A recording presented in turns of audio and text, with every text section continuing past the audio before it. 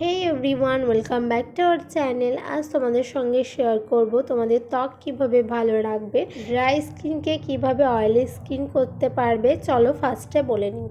প্রথমেই যেটা লাগবে সেটা আমাদের হাতের কাছেই সব সময় অ্যাভেলেবেল থাকে। যেমন এখানে দেখো গরুর দুধ লাগবে, এখানে লাগবে মধু, আর এখানে লাগবে বেসন। তো ফার্স্টে কাঁচা দুধ নিতে হবে। গরুর দুধ একদম জাল দেওয়া হবে না, কাঁচা দুধটা বেশি উপকার। তো আমি দুধটা নিয়ে নিয়েছি, এখানে নিয়ে নিয়েছি পরিমাণ মতো বেসন। তো এবার আমি এই চামচের সাহায্যে বেসনটা একদম দুধের সঙ্গে মিশিয়ে নেব।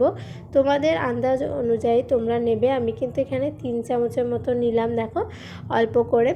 তো তারপরে আমি কিন্তু দিয়ে দেব মধু। আর এখানে কিন্তু বলে রাখি, মধুটা কিন্তু 1 চামচই নিতে হবে, তার বেশি একদম নেওয়া যাবে না।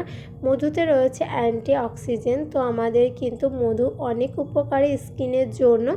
তো মধু কিন্তু আমাদের স্কিনকে একদম নরম করতে সাহায্য করে। যাদের বললামই ড্রাই স্কিন, তাদের কিন্তু অয়েলি স্কিন খুব তাড়াতাড়ি হয়ে যাবে, কারণ এটা ভেতর থেকে একদম গ্লো করে আর অক্সিজেন পৌঁছে দেয়, যেটা ভেতরের ত্বককে একবারে উজ্জ্বল করতে সাহায্য করে। আর বেসনও আমাদের স্কিনকে একদম উজ্জ্বল করতে সাহায্য করে।